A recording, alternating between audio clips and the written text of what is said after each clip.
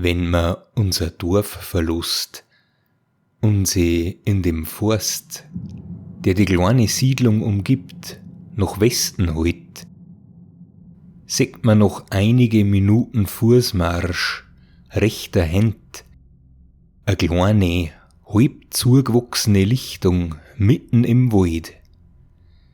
Dort steht ein Brechhaus, das sie an die Bäume am Rand der Bläss lehnt. Die Wände sind aus rohe Bruchsteinen erbaut, auf denen Teppiche aus fahl grüne Gewächse wuchernd, die sie um die Tier und die Fenster windend, als ob's in die düsterne Hitten einschauen wollen. Das schwere, wurmzfrissene Balkenwerk drauf tragt ein zvolles Dach, das mit Steinen eingeschwarte Legschindeln bedeckt ist und den Eindruck macht, als ob's a jeden Moment einstürzen möcht. Wie ein uraltes Mahnmal der Sterblichkeit wirkt die zwoine Hitten, ganz a so, als ob sein einziger Zweck schon von Beginn an der war, dass der Mensch daran erinnert werden soll, dass sein Werk irgendwann einmal vergeht und sich die Natur alles zurückholen wird. So steht's da, halbert verdickt von die düstern Bäumen, das umgebend, und sie drüber lernend, die graue Astel ineinander geschlungen, so dass das altersgraue Brechhaus fast wie ein kauerndes Wesen ausschaut, das da im Halbdunkeln auf Beute lauert. Wann das baut worden ist, kann keiner mehr sagen. Es war schon verfallen, so lange ich denken kann. Ich kann mich aber noch dran erinnern, wie ich noch ein kleiner Bub gewesen bin. Da haben die Alten oft einmal erzählt, wie es war, als das Gebäude noch in Benutzung gewesen ist. Ein Horhaus haben sie es damals auch genannt. Und wenn im späten Sommer der Flachs geerntet worden ist, dann ist er bearbeitet worden und eine Zeit drauf im Dauden Hirgst erst zum Rösten in die Brechstube gekommen und ist dann anschließend zum Brecher auf die hölzernen Vorrichtungen gelegt worden. Da sind dann die Fasern von der Hülle, die man nicht brauchen hat können, befreit worden. Im späten November und im früheren Winter haben sie in die Staden langer Nacht die einsamen Brechhäuser belebt, mit eifrige Frauen und Dirndler, die sie dann ans Werk gemacht haben.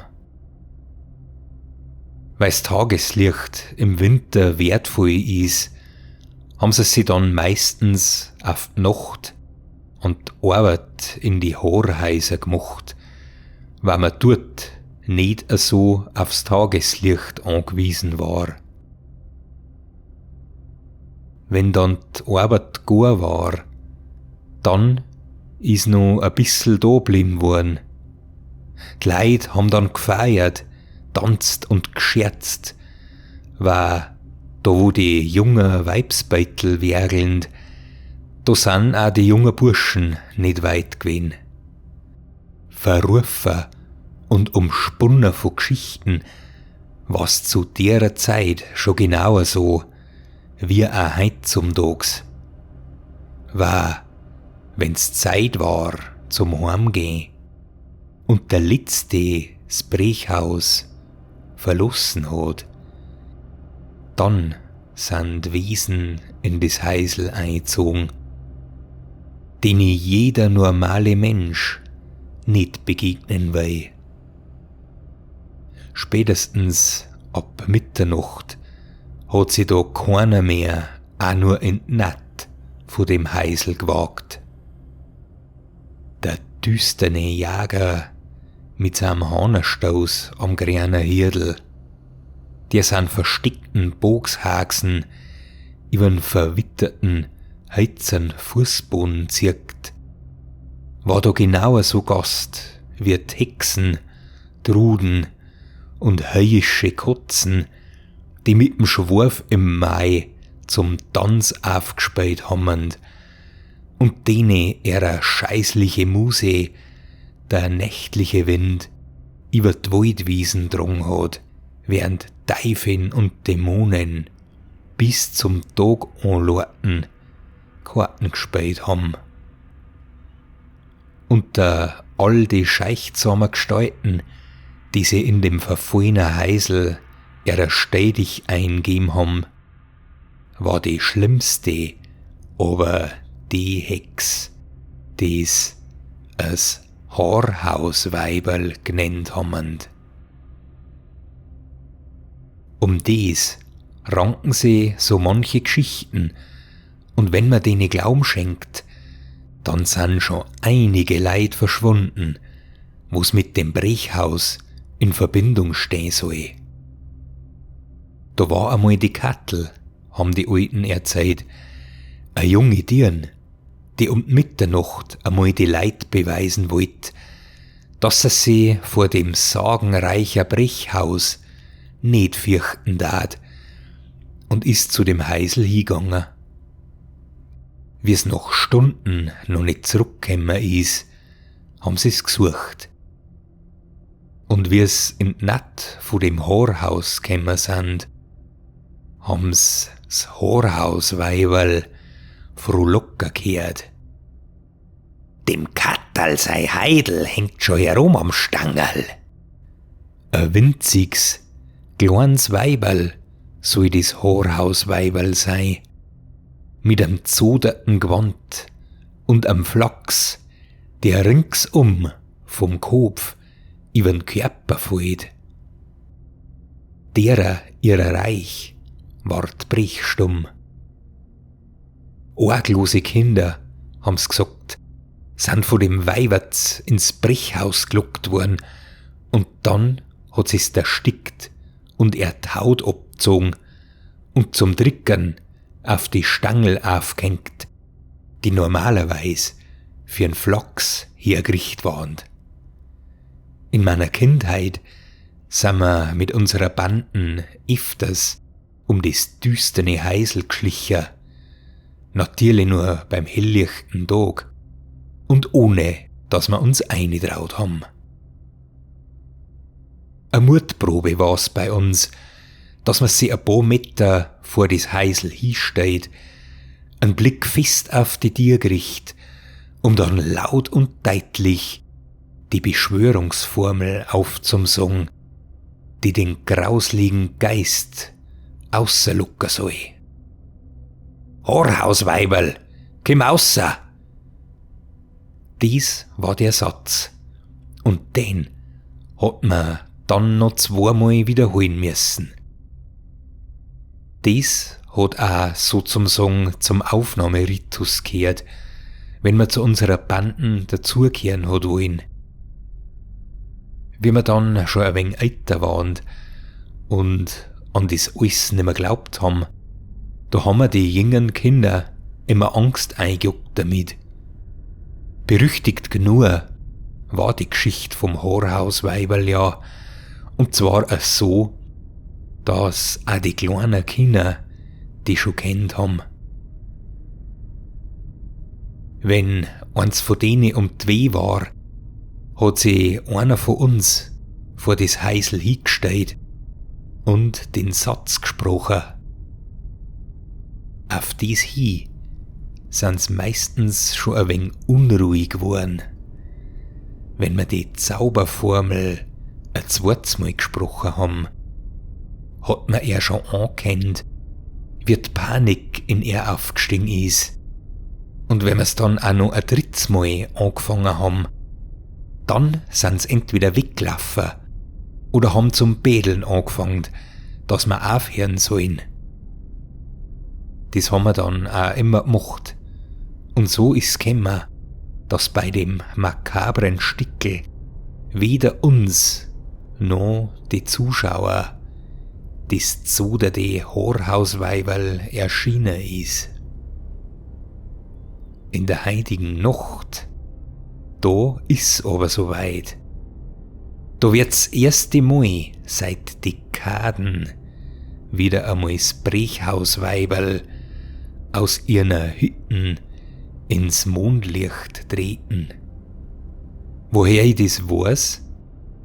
Letzten Sonntag haben wir mein Spätzl daheim und ich mit einem seltsamen Karl in ein Gespräch verwickelt worden.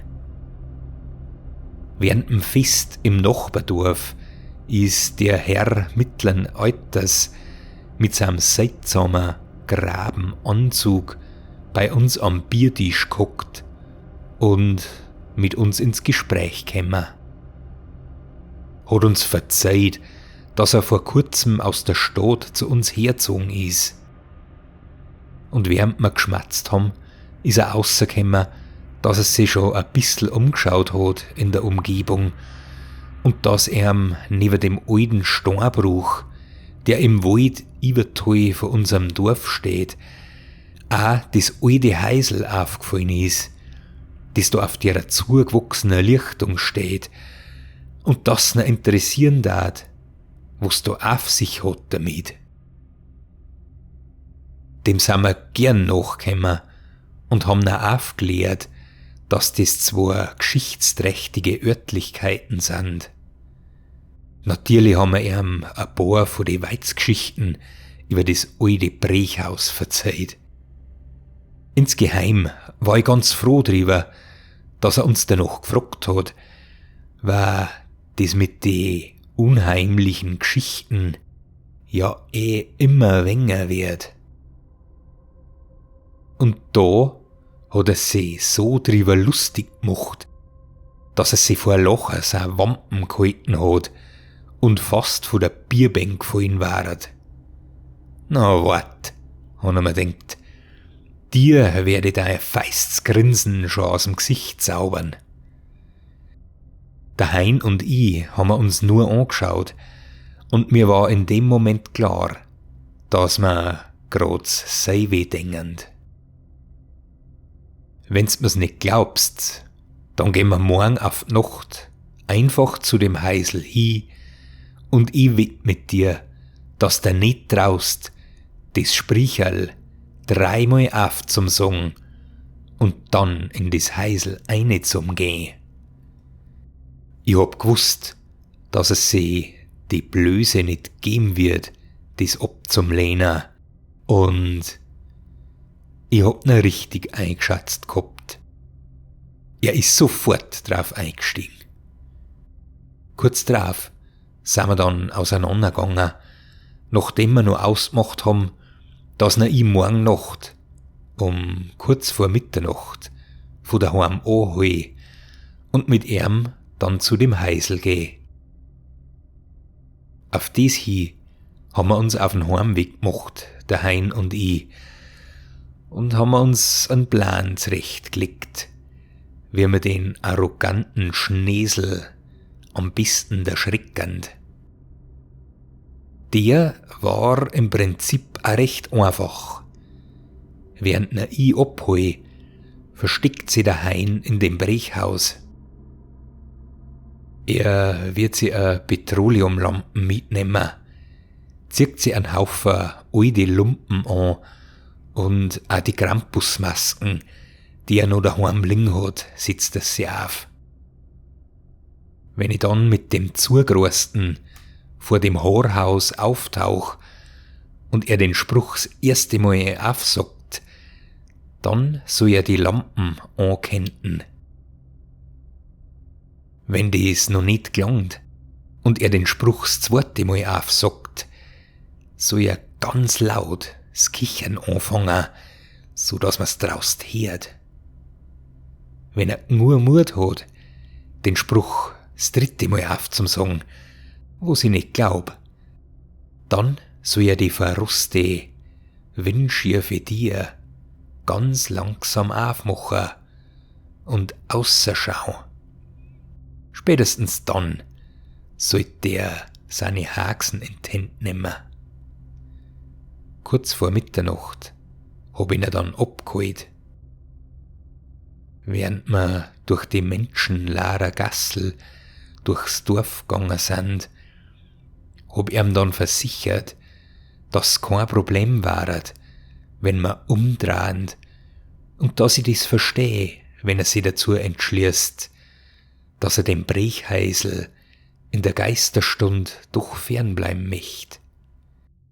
Auf dies hin hat er mich nur angrenzt und gesagt, dass das sicher nicht notwendig sein wird. Heut zeigt er mir, wie lächerlich die Geschichten sind. Die Bemerkung habe ich nur mit einem Schulterzucken quittiert und bin stark weitergegangen, bis wir am Waldrand angekommen sind.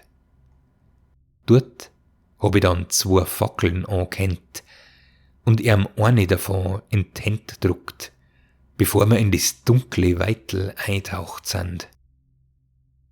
Obwohl es keine so eine grosse Entfernung ist, die man da durch den Wald geht, habe ich gewusst, dass einem das viel länger vorkommt, wenn man den Weg in der Nacht auf sich nimmt. Wohl überlegt war's, dass ich Fackeln mitgenommen hab, damit wir unseren Weg leichten. Denn während der Wald beim Tag so harmlos und stark ausschaut, so ist er für die, die's nicht gewohnt sind, in der stockfinsteren Nacht dort unterwegs zum sein, ein Erlebnis, das die Nerven strapazieren kann.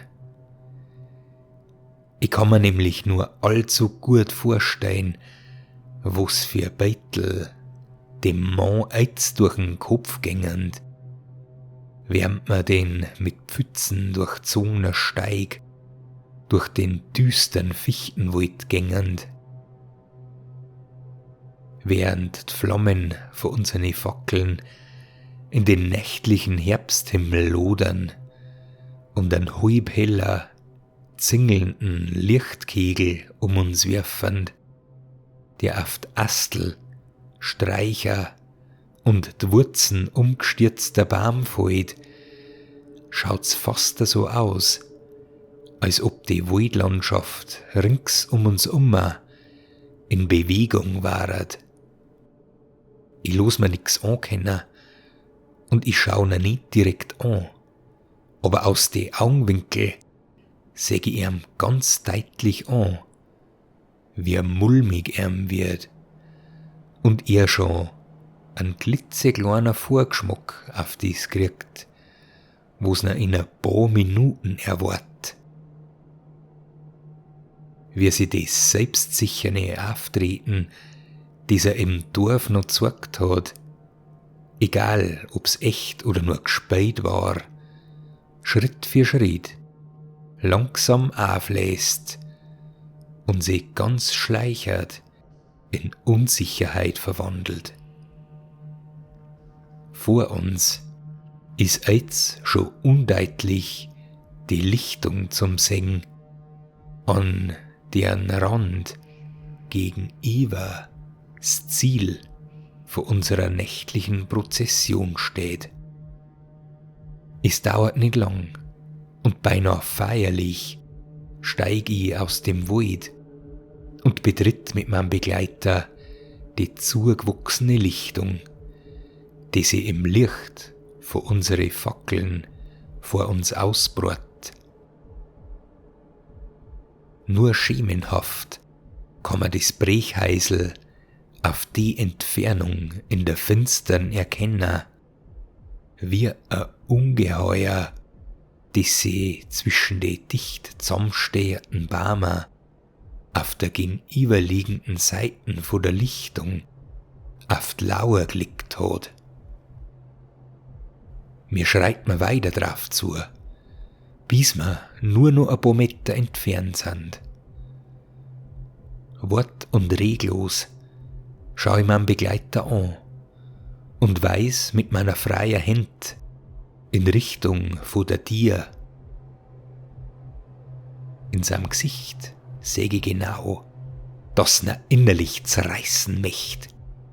Hin und her gerissen ist er, zwischen dem Drang, einfach wieder zurück zum Rennen, zurück ins bekannte Dorf, in die Obhut der Zivilisation. Auf der anderen Seite kann er es aus seiner inneren Haltung nicht, den er zwingt, da zu bleiben, weil er sein Gesicht nicht verlieren möchte. Während ich seinem inneren Konflikt, der sich in seiner Mimik anzeichnet, zuschau, gewinnt sein Stolz nach ein paar Sekunden die Oberhand und er greift sein Fackel fester und geht auf den Eingang vom Brechheisel zu, das er mit seiner windschiefen Holztier zum Grinsen scheint, wie's verfaulte Mai von einer Leich. Ein paar Schritt vor dem Eingang hält der Staat, strafft seinen Körper und ringt um eine feste Stimme. Haarhausweiberl, komm außer!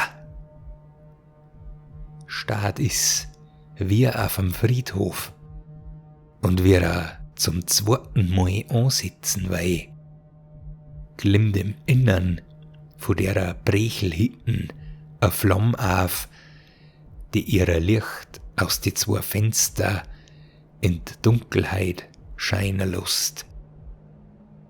Mein Begleiter steht regungslos da und eine Zeit, die ihm wahrscheinlich fast endlos vorzukommen scheint, riert es sich keinen Millimeter. Ein zweites Mal, diesmal schon wesentlich kleinlauter, spricht er den Satz. Haarhausweiberl, komm außer! Kaum hat er's ausgesprochen, zerreißt er Irrsinniges raus und abgrundtief Bass kichern, das direkt aus de Eingeweide vor dem Haarhaus zum Kämmer scheint. Die Stille der Nacht. Ein Kichern, gemischt mit einem Plappern, das sie anhört, als ob's von jemandem kommt, der am Wahnsinn anheimgefallen ist. Als ob er das nervenzfetzende, glucksende Locher wie ein Pistolenschuss getroffen hätt, reißt's mein Begleiter und er macht einen Satz rückwärts auf mich zu, dass ihm fast sein Fackel aus der Hand fällt und schaut mich an. Ich starr nur zurück und er weiß genau, dass dies ein stummer Befehl ist, den Satz endlich ein drittes Mal zum Sagen. Ich seh in seinem Gesicht, dass die Angst sein Verstand schon längst in ihre Klauen hält und mit letzter Kraft dreht er sich nochmal zum Brechhaus um. Voller Trotz spricht er zum dritten Mal. Haarhausweiberl, komm außer! Während sie die Tier vor ihm mit einem lauten Zwirgerzen millimeterweise öffnet, bricht sie die Panik in meinem Gefährten vor mir endgültig die Bahn. Begleit vom langgezogenen Quietschen derer Tier rennt der Hals über Kopf an mir vorbei und verschwindet noch ein paar Schritt unter dem Mantel der Nacht im Wald. Ein Locher kommt mir aus, begleit von dem befriedigenden Gefühl, dass ein Plan pfeigerät so ausgeht, wie man sie ausdenkt hat. Ich seh, dass die Tier erst halbert offen steht und geh geschwind drauf zu, um's dann ruckartig aufzumachen. ich hab die Tier noch nicht gescheit offen. Da schluckt man auch schon ein Gestank gegen, wie ein Wein aus muffig, modriger Grabesluft, vermischt mit einem bestialischen Schlachthausdunst. Ich kann speim, und während mich ein Schwindelgefei überkommt, verdick ich mein Nosen instinktiv mit meiner Hand, während ich ein paar Schritt in das Heisel einstolpert.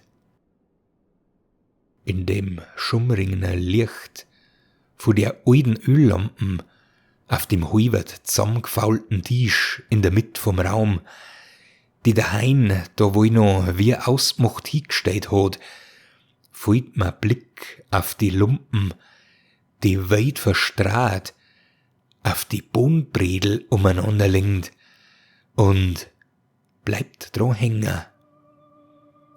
Und jetzt kommt's mir so viel, als ob das teuflische, abgrundtief böse Plappern und Kichern in meine Ohren widerhallt. Diesmal nur ganz undeutlich. Und es scheint von überall her mich zum kommen. Aus dem undurchdringlichen Schwarz, rings einen Lichtschein von der Lampen auf dem Tisch. Mein Blick folgt der Spur aus Lumpen am Boden in Richtung der Schatten, die sie da vom Licht weg ans hintere End von der Hitten druckend. Da seh ich, wie sie langsam ein Teil von der Finsternis abbläst und auf dem Boden dahinläuft. Zagflüssig bahnt sie ihren Weh langsam auf mich zu, verrinnt aber dann in einem Spalt zwischen die Bredel. Meine Fackel ist schon fast ausgegangen, aber ich strick's trotzdem von mir weg, der Düsterkeit zging, die sie da am hinteren Eck von dem Brechhaus zusammenbaut. Da seh ich die Krampusmasken auf'm Boden liegen, einbett in a dunkelrote Lacke, von der sie das Rinnsal speist, das mir da aus der Finsternis zgegengerochen ist. Dahinter, in der romschwarzen Finstern, wo sie liegt das hintere End von dem Brechhaus, mit die Balken, auf denen frühers der Flachs aufgehängt worden ist. Von einem von den Droger seh ich was runterhängen, wo sie auf den ersten Blick mit einem zfetzten Vorhang in Verbindung bringen möcht, obwohl ich mein überstrapazierter Verstand sogar in der Situation weiß, dass in der zfeiner Hitten schon lang kein Stoff mehr hängen kann. Hein? Ruf ich noch laut, während ich einen Schritt drauf zustolpert. Wo bist denn? Als Antwort hör ich hinter mir zum letzten Mal in meinem Leben eine Stimme, die nicht am Hein kehren kann und die mir Tor gebär stehen lust. Komm nur einer, dem Heinser Heidel hängt schon herum am Stangerl.